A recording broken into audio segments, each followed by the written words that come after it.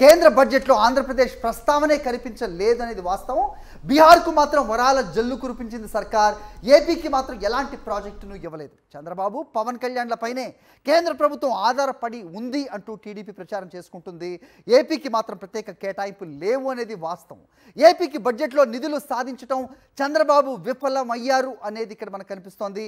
బడ్జెట్లో రాని Amaravati, metro rail ప్రస్తావన, 21 మంది ఎంపీలున్న ఏపీకి మాత్రం ప్రాధాన్యత దక్కలేని దాన్ని ఏ రకంగా చూడాలనేది ప్రస్తుతం ప్రధాన ప్రశ్నగా కనిపిస్తోంది. మా కరెస్పాండెంట్ సతీష్తో మాట్లాడదాం. సతీష్,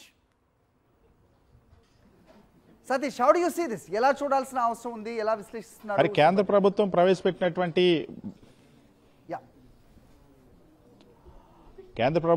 ప్రవేశపెట్టినటువంటి వార్షిక బడ్జెట్లో ఈసారి ఆంధ్రప్రదేశ్ రాష్ట్రానికి సంబంధించినటువంటి కనీస ప్రస్తావన కూడా కేంద్ర మంత్రి నిర్మలా సీతారామన్ ఆ ప్రసంగం మొత్తంలో కూడా ఆంధ్రప్రదేశ్ రాష్ట్రానికి సంబంధించినటువంటి ప్రస్తావన లేకపోవడం ఆంధ్రప్రదేశ్ రాష్ట్ర ప్రజల్ని నిరాశపరిచింది. ముఖ్యంగా ఆ చంద్రబాబు వైఫల్యం అనేది చాలా స్పష్టంగా ఈ బడ్జెట్ ప్రసంగం సందర్భంగా మరొకసారి కనిపించింది.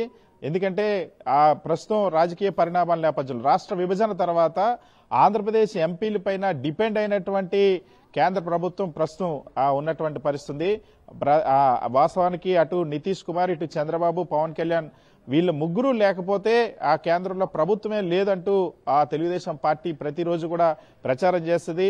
అదేవిధంగా చంద్రబాబు లేకపోతే నరేంద్ర మోడీ ప్రభుత్వం ఢిల్లీలో ఉండేటువంటి అవకాశం లేదన్న అంశాన్ని చాలా బలంగా ప్రచారం చేస్తారు. కానీ ఇప్పుడు ఆంధ్రప్రదేశ్ రాష్ట్రానికి కేటాయింపుల విషయానికి వచ్చేసరికి, ప్రాజెక్టుల విషయానికి వచ్చేసరికి ఆ పరిస్థితి ఎక్కడ కనిపించినటువంటి పరిస్థితి. ఇప్పుడు ఎందుకంటే మనం చాలా స్పష్టంగా చూసాం, ఈరోజు కేంద్ర ప్రభుత్వం ప్రవేశపెట్టినటువంటి బడ్జెట్లో బీహార్కి సంబంధించినటువంటి ప్రకటనలు, మక్కన బోర్డు దగ్గర నుండి ఇతర ఎయిర్పోర్ట్కి సంబంధించినటువంటి కొన్ని ప్రత్యేక ప్రాజెక్టుల గురించి ప్రస్తావించినటువంటి పరిస్థితి. అదే ఆంధ్రప్రదేశ్ రాష్ట్రానికి సంబంధించినటువంటి ఏ ఒక్క ప్రాజెక్టు గురించి కూడా ప్రస్తావన రాలేదు. ఏ కొత్త ప్రాజెక్టును కూడా ఆంధ్రప్రదేశ్ రాష్ట్రానికి కేటాయిస్తున్నట్టు కేంద్ర ప్రభుత్వం ప్రకటించలేదు.